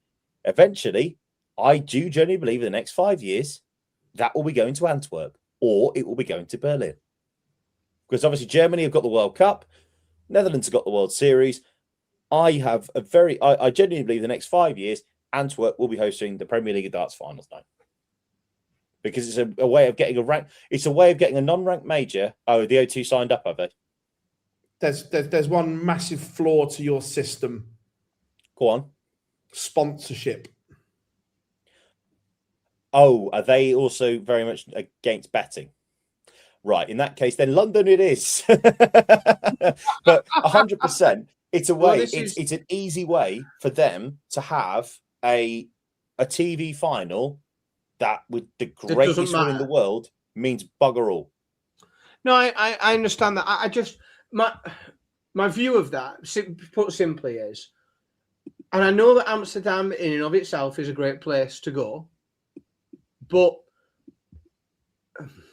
the western part of mainland Europe gets a lot of darts, and it's easy to forget how easy it is to get. You know, if you are in that part of Europe, you can get on a train. It doesn't really matter whether the event's in Germany or Belgium or Netherlands, wherever that is. You can get there. You know, and it's like me going to London. It's very, very accessible, very easy, and more importantly, quite cheap to do so if you want to get a train or something like that. For me, a World Series, the World Series of Darts finals shouldn't be held in one of the most established darts markets. If you are looking to build, you know, I would move it. I would move the finals around, and I would almost say that they could take it in turns. You know, one year the finals in North America, one year the final is in Oceania, one year the finals are in Asia. Why wouldn't you move it around? They're forgetting one flaw in that argument, because obviously the World Series of Darts finals is very near towards the back end of the season, and some of the players involved might have to then nip back to Leicester or Hildesheim or somewhere else, or Rosmarlin, to then go and qualify to make sure they're at the Players' Championship finals. Oh, fucking should have thought of that, shouldn't they, back in March? The calendar, you know, we don't send. They don't get an email once a week with next week's tournaments on, do they? Like, they all know. They all know what's coming. If you've decided to leave it to the, like, you play silly games, you win silly prizes. Do you know? If you've decided to leave it, I get that argument. And also, if you are struggling to qualify for the Players' Championship finals, like, what's your priority? Is it going and playing in an unranked exhibition, or is it qualifying? That gets you a lot of cash. Well, yeah, it's all about the dollar, and you know that. Well, then somebody else, then, who has earned the right to do so, will go to Minehead in your spot. But you say, but Rob says that's in the World Series, of scrapping qualification for other events. Obviously, you think about the World Series qualifier, the World Series Darts Finals qualifier. There's some fucking road names that have come through there that are nowhere near trying to get through to Players' Championship finals and all the rest of it. There's an easy fix that I stand by it, and people hate it, but it will come. That the top 16 won't have to worry about qualifying for Minehead, qualifying for Dortmund, qualifying for the Grand Slam. I'm sorry, no, you can't put the top 16 in to qualify for Dortmund. You've got 15 chances. And the same breath, you can't shouldn't be doing that. You can. You can. I'll tell you what, in order to do so, you don't have to get very far through the fucking rule book either. Rule is it rule number one, is it? Rule number one. You don't have to get very far. You're not going to be page turning. Rule number one. Whether it's next year or the year after, I firmly believe that the Players' Championship will either go to 128 and we'll have more multi-board room, or it will stay at 64, and it will be the top 16 are seeded, and then it'll be the top 48 on the Pro Tour Order of Merit. And the same with the European Tour. It will be the 16 seeds are there, because then you can put all these other events in. You can pick your poster boys to go in them, knowing they haven't got to run back to Wigan or so on. That solves their problem. That gets them in everything. It keeps the World Series alive. That, from a promotional point of view, that ticks every box. But then we're just talking a European Super League, then, aren't we? Really, as in we're talking an ESL thing where 16 players get in by right without actually having to do anything. Yes, they perform well on television, and that's fine. But just because of that, they shouldn't be in everything. That's the beauty. Oh, do you know what? I can't do it. I can't go through this argument. Not now. Not now. There's still loads more to talk about. Yeah, it's a good one. Let's move on, because there is a third Luke in the equation. We have a Luke 3-pronged attack, because 12 days after winning his first Pro Tour event, Luke Littler adds a European Tour Luke Woodhouse, not Luke Littler. The Woodhouse. There's too many Lukes. Luke, 1, 2, 3. Luke Woodhouse adds a first European Tour title to the Roll of Honour and provisionally puts himself into the top 16 on the Tour card race. It's a good time to be a Luke. And look, he played some wonderful stuff across the weekend. But again, that lack of everyone pulling out threw up some surprising runs, some great games. It was an interesting European Tour. Before we go and talk about Luke Woodhouse, very, very, very quickly, do you remember we sat here and we said that Wessel Nine might have an opportunity to go 14th in the World Match Play race, and you thought it was too far of a gap? Look at that gap now, Philip. Well, I thought it was too far because I didn't think Nathan was going to have 2 months off. Yeah. When I said that, and I stand by it at the time, I didn't think Nathan was going to not play any ranked events for 2 months. Yeah, but that obviously I know he's a busy boy. I'm not saying he isn't, but now you look at that. Obviously, Ross Smith has overtaken Wessel because of the fact that he's won a Euro Tour. But you look at it, I mean, it's not far away. He's not far off. Not at all. And if and I tell you another player who is in real danger, in my opinion, but potentially missing out on this match play is Daryl Gurney. We sat here a couple of weeks ago, and said we thought he was safe. But Gurney, look, I'm not saying I don't think he's there. I think we can safely say that Joe Cullen is there at 87. Damon Hetter's had a great couple of weeks. He's moved up now. It's another semi-final for him, and that's great stuff. He's now back in the qualification spots. But Joe Cullen is where I would happily put the cut-off right now for the match play. Hetter, Gurney, Cam Menzies and Rob Cross are not there yet. I'll agree with that. It's amazing as well that Ricky Evans goes on a great run, but he's still nowhere near the match play. You know, it's a great run for him, semi-final. It's a shame, really. But yeah, I'm going to put my flag in the sand and say that Joe Cullen's safe. Everybody else not yet. Some of what I was looking at the other day, and this is there are people far better, well, not even slightly, a lot better than me at this. So realistically, the Pro Tours, and I know there's still a bunch of them to come, but the Pro Tours aren't what's going to really move the needle. It's the Euro Tour, and there is only one event. And so we already know who's playing in that, so we already know who is going to be playing in Slovakia. And when you look at, the Order of Merit qualifiers and the Tour Card qualifiers, there are a number of people who will not be able to close that gap because they're simply not there. They're not in and they're not playing for their positions. Now, one of the benefits that is a positive for the likes of Daryl Gurney, Cam Menzies, Rob Cross, they are all there. So they're all in Slovakia. So, worst case scenario, they're picking up a couple of grand first round losers money. And others are going to have to put a few wins together. And, they're not all not. Kim Hybrex is there. And he's in spot number 17. Kim Hybrex is in the driving seat. He is in mathematically, I suppose, the most likely person to try and pick one of those places. And he's there. Be interesting to see the draw because it might they could end up being a situation here where people play each other for a spot. Well, look at round one. I know we've got the Pro Tour events, but the money difference between this Euro Tour and the Pro Tour is so big. Yeah, it is. But also, I'll tell you who needs to have a bit of a shout out. Because obviously Woodhouse making winning Euro Tour final is great. Like we've said for a while, he's one of those that are up and coming and on the regular. He's going to be challenging and he's playing too well. Now he's obviously top of the Order of Merit qualifiers, just fantastic. And we love Woody to bits. I saw him obviously at the golf day.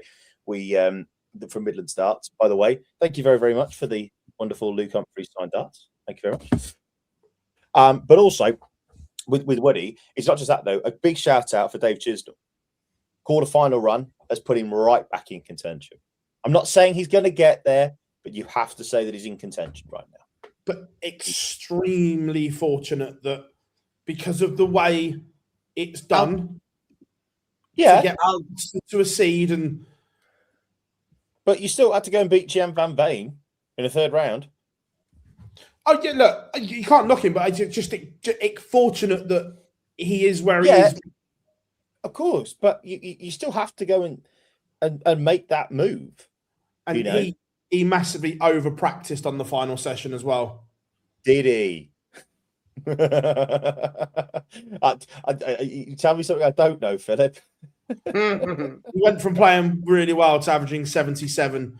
I don't think he left the venue in between sessions. I think he carried on practicing. Did he not? But again, this is what's killed Sebastian, because Białecki had a great run this weekend and has been brilliant at the Pro Tour events, but the lack of European Tour events has killed him. Otherwise, I think he would safely be in the green if he qualified for 3 or 4 more European Tour events. But it's the same with Bo, though, isn't it? You know, Bo's had an unbelievable start to the year on the Pro Tour. Unbelievable. One of the best. And yet she's nowhere near for the match play. But if she'd been in a couple of Euro Tour events, do you reckon she would have got up there and maybe be right in contention? Yeah. She'd have been in contention 100%. I'm not saying she'd have been in the green, not right now, but she would have been right in contention. Oh, she's been right on, right there competing for it. Rob Cross has had a stroke, you know. He's come on well. I don't know, mate. I think he's benefited a lot from pullouts because he finds himself now, and this is interesting. So people pulled out with Drew, which got him in as an alternative at the weekend, which then banks him enough to move him into a Pro Tour Order of Merit spot for the next one, which essentially means one withdrawal of another player has guaranteed Rob Cross 2 lots of at least first round Euro Tour money. So he's benefited twice. He's got two lots of cash in his hand from one withdrawal. So like it's aligned quite well. Yeah. Do you have looking at who's qualified for that event in Slovakia in a few weeks' time, and looking at like who's sat outside? I know we talked about Chizzy, but he's like Chizzy's still within hitting distance. Is there anyone that you fancy like outside of that, you know, to really go on it? Because I mean, someone's going to have to probably go and win it once you get past probably Veenstra. It's going to take a Euro Tour win. Do you think anyone in there's got it in him? Are we just being fanciful, extending things beyond that? There's one. Because his performance levels, when he gets it right, he could win one. Is Justin Hood. He produced some unbelievable numbers at the weekend, and he fell short and reverted to type. But if he could, a little bit of luck, and if he hooks it up, he has that top level game to go and win one. Because a Euro Tour win would get him in. He'd be in the match play with a Euro Tour. Yeah. Euro Tour wins 35 grand. Be comfortably in it. So I'm trying to have a look at who's qualified. You know that where 35 grand would get them there. And I think it's realistically, it's probably Justin Hood, Jeffrey de Graaf, Cristo Reyes. Mathematically, I think a win gets any of them 3 there. I think the biggest thing is that I know we say the Pro Tour doesn't move the needle, and you're right, it doesn't move it anywhere near as much as a Euro Tour. But if you can get yourself into a really good couple of days on the Pro Tour, and I'm talking quarterfinals, semi-finals, that sort of vibe, then you are going to put yourself, especially if you're in like 17 down to about 22, maybe even just if you look at it, if you have a good couple of days tomorrow and Wednesday, you could be making a few players a bit sweaty. No, I agree. And I agree, Dave. Justin Hood isn't consistent enough. However, if he averages high 80s, low 90s, round 1 and 2, gets his way through, and then he has his peak at quarterfinals on the final day. Yeah. You may not need to be consistent. It's all about where that peak happens and where he levels off. If he comes through the opening couple of rounds only averaging 80, 88 to 92, and then come quarterfinals has that peak that he has, it's all about where that happens. And that's the Justin Hood game. The highs are high. The lows are bang average. I fully agree. But timing is the thing. It's all about timing in this. Hard to say. Before anyone asks, I just lost the back of my chair. The back of my chair just completely fucked off on me. So that's what happened there. I'm all right though. I'm fine. I'm fine. Who else is fine? We plow on. Yeah, no one saw it. It's fine. Yeah, nothing to see here. So yeah, look, I agree with Warren's comment that day one or round one draw, the home nation qualifiers aren't going to be to the level of a German or a Dutch one. So if you could get one of them and end up in a nice section of the draw, we already know that Luke and Luke aren't going. Do we know that? Who else what's that? Do we know that they're not going? Well, yeah, Luke Humphreys put all over Twitter he's not going, and I think it's been released. If not, Bookus, are you still in the chat room, lad? Is he going to Slovakia? We might have just broken that. Yeah, I'm sure he's not. He's not on the seeded list. No, he's not on the list. He's not going to Slovakia, is he? So why wouldn't he? Luke last Euro Tour he's going to play. Luke and Luke aren't going, and here's the question for you: out of Van Veen, Clayton, Wade, Price, Bunting, Rock. Well, no, Rock's already pulled out. How many of those pull out? And let's see if you can work out the reason why.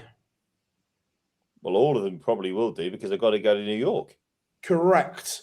They will be flying to New York Monday or Tuesday. Now, I'm not sure how easy it is to get from Slovakia to London to New York. Well, getting to London is probably easier than it is from me getting to London with the transport up here. If they set off from Slovakia and I set off from Teesside, he'd probably beat me to King's Cross by 10 minutes. But yeah, no, I get that, and I think that's fair enough. But obviously, because then some of those are going to disappear, some of those get bumped up, and then so on. You get drawn against a home nation qualifier. You then get one of the seeded players that have been bumped up that aren't really the number 7 seed, and so on. Then all of a sudden, it opens up. Also, sorry to jump in, Phil, but like with that, in terms of the players going out, that we don't think are going to be there because they're going to go away. Like, there are different, with the greatest of respect to all the places that we get to see people playing darts in, New York probably holds more swing in terms of somewhere that people might be happy to get there a little bit early if the opportunity was there for them and stick around for maybe a couple of days after. It's a place that people, there are certain places that we go to, or we see people going to darts events where they're just going to want to get in and out, aren't they, as quick as they can. But I reckon people won't be too fussed about having to miss something to get to New York nice and early. Yeah, I'm interested to see the draw for this one is critical for some of these players in the match play of where they fall and so on. Yeah, and no, we're going on a little jolly. Buckers is. Good luck. Frankfurt. Do you know, I've been looking at flights to Frankfurt all week. for a little silly nip in the bastards. summer. And well, do you know what? You would not believe how cheap it is to fly to Frankfurt if you're happy to go to Stansted. If you're happy to go to Stansted, it is like I could not get a Never train to go- Manchester for the Never flight go to to Stansted. Frankfurt. Never go to Stansted. It's the worst airport in the country. It's Well, that's awful. why it's cheaper for me to go from Stansted to Frankfurt Well, yeah. than it is to go from here to Manchester on a train. Well, actually, I've just realised I'm off to Dusseldorf next weekend for work. So yeah, there we go. Looking forward to that little trip to Dusseldorf. They don't play cricket. They don't play cricket in Dusseldorf, do they? You're correct. They don't. I'm off to work. I'm off to go and work at the Invictus Games. Oh, I thought it not your Muggle job that you're at. No, correct. Yeah. Good on you. So, Um, So well, you know what? How far? It's anybody know? Because I haven't even checked Google Maps. I should do it myself. How far is Dusseldorf to Frankfurt? How far is it? It depends what you're on. Yeah. On Yeah. the If you're on a Rattler, bike, maybe on the quite Rattler. far. On the Rattler. Yeah, it's a hell of a long. It's a hell of a long way if you're on a skateboard. Is it? Oh, Yeah. If you're in a car, it's not so bad. No, you know, it's not bad. Like you drive it in, I don't know, 2-3 hours. 2-3 hours drive. Oh no, I can't. Can't bother. It's too The long. trains are really good. Where are you flying into? Have you not booked Dusseldorf. yet? No, Flying I'll be booked. Yeah, I'm flying in. But I'm actually genuinely flying in to Dusseldorf from Birmingham. I've got a lovely flight Thursday afternoon in the afternoon, and then Monday morning, very early flight home. Looking forward Birmingham's to it. got an airport. Yeah, Okay, no. I now live about 10 minutes from it. You'll have who knows what's next? Electric lights. Running water, electricity. Can't Who wait. knows? The world's your oyster. Absolutely, mate. off the back of the glory for Luke Woodhouse, is he becoming a contender for majors now? No. No. I'll tell you what he's No. becoming. He is becoming a contender to solidify a place as a fixture, semi-permanent within the top 16. Yes. And we know how Exactly that. important. We know how important that is. Like he's managed to get himself up to 18th in the world. Like if you are happy to subscribe to the old tour card race, live view, then that gets him to 16th. Go on. Sorry, I've just seen Warren's comment. He's right, to be fair. We've got big collections in our gaff. We're just nowhere near Birmingham. It's fine. Sorry, but you were actually saying a serious point. I do. Yeah, no, I was attempting anyway. Yeah. No, I think he's he's tour card race. If you look at the live order of merit, then that gets him into that number 16 spot. We know how important that is, because I think more so than ever before, it's going to become easier to hold that spot in the top 16. Correct. He knows he's going to get seeded into tournaments, so he's going to get a little bit of an easier time of it.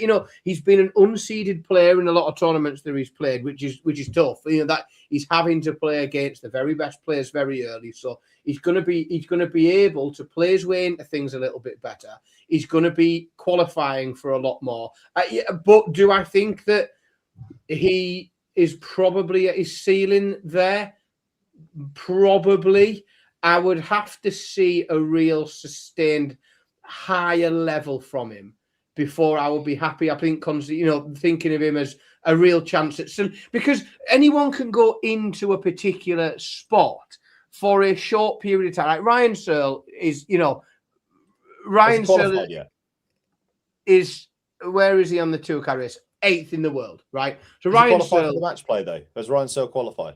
Oh, he'll be there, mate. You don't worry about that. Sure. I don't. Has he officially qualified yet though? I don't know if we can say officially, but he'll be there. Yeah. Okay.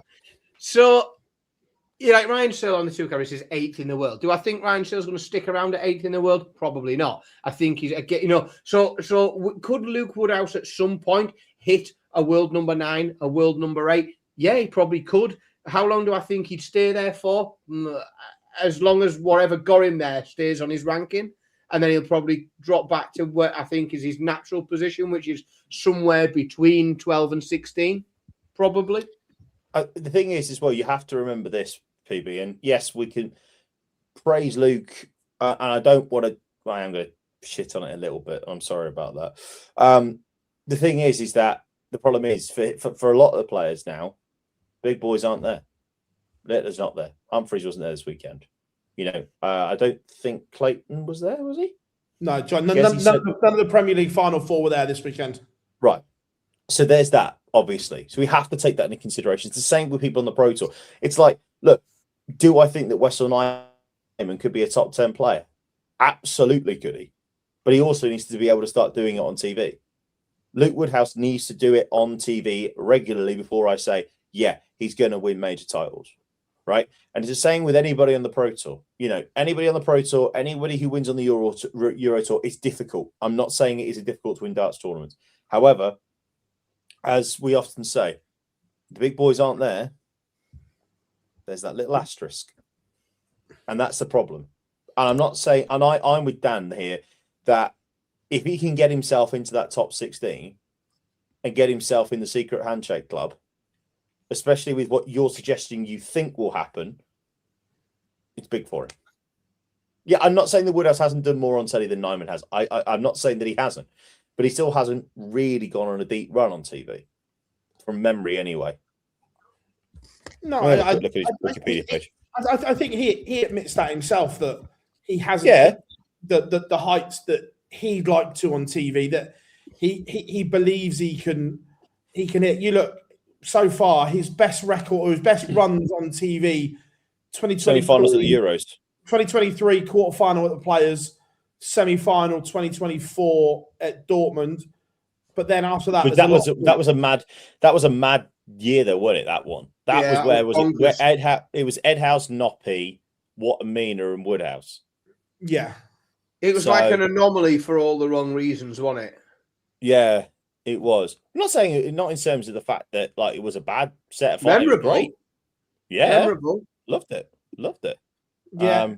Again, Great Showman said it there. I don't know how much you watched, but Cammy played the best I've seen him play in a long time at the weekend, to the point where Scotland may have a little squeak of runners-up in the World Cup. Let's not get ahead of ourselves, man. Why not? At the moment, I say a squeak. Let's be fair. England will probably be 1-4, 1-5 to win this. That's how sure it will be. Give me that against. Give me the rest of the field against that. By the way, give me the rest of the field against that. 100%. I don't know, mate. I don't know this year. I think that. So this. What I would suggest, right, is whenever you think about not backing or being very, very confident in England, very comfortably winning, go back and watch that clip Phil played earlier of Luke Humphreys, and think about that dynamic and where it's at now. What, John? Whoa. John Chili Reyes, you know me by now, buddy. You know how much I just want to play darts. That's all I want to do. You know how much I love Gary Anderson. So don't try and tell me that he's not classy, that I'm stupid. I've always said that he is. Right? But I'm just going off of the fact is that 1-4 is far too short. Going back to England, 1-4 is far too short. So if you're going to give me 3-1 on the rest of the field against England, I'll happily take that bet right now. And you look at the way that some of the boys are playing. You say that, right? This year, right? I think this is a poor World Cup in terms of everyone else. And teams. Every year is a poor World Cup. Look, the Netherlands will either be brilliant or horrific. Or shit. I'll tell you which one it's going to be. They will be. To be fair, it could be the same. I know you've got it down to 50-50, but I'll narrow it down further. Narrow it down even further than that. Northern Ireland go into this defence, neither player playing as well as what they were last year. Scotland, I don't know. After game one, there's no guarantee Gary's there for game two. I believe that there is a possibility that this could be it. It's like two things in one, right? It could be the most and saying what some of what's come before in the World Cups, like it could be one of the most dominant victories ever. But I think, but from the rest of the field, it could be really underwhelming. And the stories, I think, from this World Cup won't come from who wins it. Like, yes, there will, like, because if England win it, right, and I suppose everyone can decide how much of an achievement they think that is. But if England win it, there won't be people going around saying, isn't this amazing? Most people will say, well, so they should have done. Like, the story will be if they've lost, not if they've won. And I think if the talking points will come from if we see something from, a United States or a Japan or Hong Kong. Spain are the ones for me, mate. Yeah. They look so dangerous with the way that Cristo Reyes and Jose just have been playing. The story will be just a slightly emerging darts market making the latter stages. Because I like the Philippines as well, by the way. I think they could be really sneaky picks. Really like them. Solid team. Poland for me. Yeah, I can get behind that. Yeah, they're a seeded team. Yeah, I can have that. I quite Phil's going to do a watch along for the Mongolia games. Game. Yeah, yep. Because he's nailed. He's been practicing the mirror every morning. The pronunciation, he's got it down. Can I just say, as a side note, it's depressing that my final few minutes of the live lunch for a few weeks are being talked about this tournament. If you didn't think that wasn't contrived, you bastards. What we're trying to do, mate, we're trying to make it so that it's easier for you to leave. We're trying to make it easy for you. 5 minutes early, right. We're essentially holding the door open. Get out of here. Go to your shit. Yeah, Hong Kong should be good. 3, 2, 1. Hi, Jolliffe. Thanks for being in the Barney Army. No worries, Ray. Anytime, big man. To myself, Ray. I just needed Jarlath Eaton's inspiration. That's all I needed. That's the most horrific Barney accent I've ever heard in my life. Don't care. It's not doing him much good of late, is it? Oh, brilliant. Yeah, but yeah, cool. Yeah, I tell you what, tonight has absolutely flown by. Like I've enjoyed tonight. Have we talked about darts yet? No.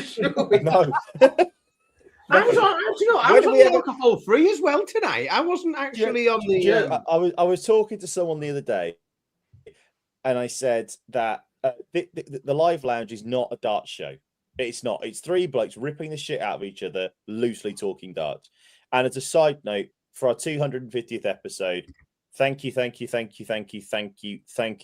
every single one of you that's always been in the chat room. Every single one of you that's ever watched, to our previous co-hosts as well, who have been with us, Lee Boyce and Jack Gobby Garwood as well, for helping us get to this position. Let's shout them out as well, because they have been massively helpful. Everyone else who comes on the show, all the interviewees, all the guests that we have, PB, Dan, it is a pleasure every Monday. It's been great to be back doing this. Can't wait to be back with you in July. 13th of July, Live Lounge live from the Northeast. Details will be on Facebook in the next couple of days.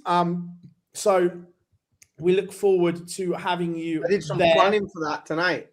I did some planning, did some measuring, did some looking at where we've got some cables, where we've got some plug sockets, where we made sure the stage would be suitable. Yeah, we're all good. Yeah, Live Lounge. We're on a stage. Oh, we're on a stage, mate. We're on a stage with audio equipment, and I don't mess around. You know me. Mace has got to up his game for December. No fucking round here, boys. We don't mess about. But as Giles said, thank you so much for those that have been here, the OGs since episode 1. the newbies that have joined us along the way as well. It's you guys that make this possible. And if you haven't yet, make sure you subscribe. Like now, go on, tap, tap, tap, because we will be live tomorrow. And your burner accounts.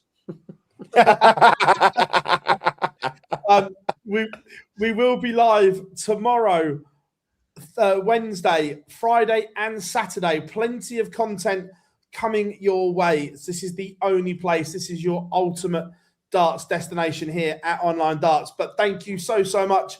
Audio only in the morning for all those that listen back as well. But 250 not out. I've been Phil Bars, Dan Simpson, Jarlath Eat, and we've been Online Darts. We'll see you all very soon.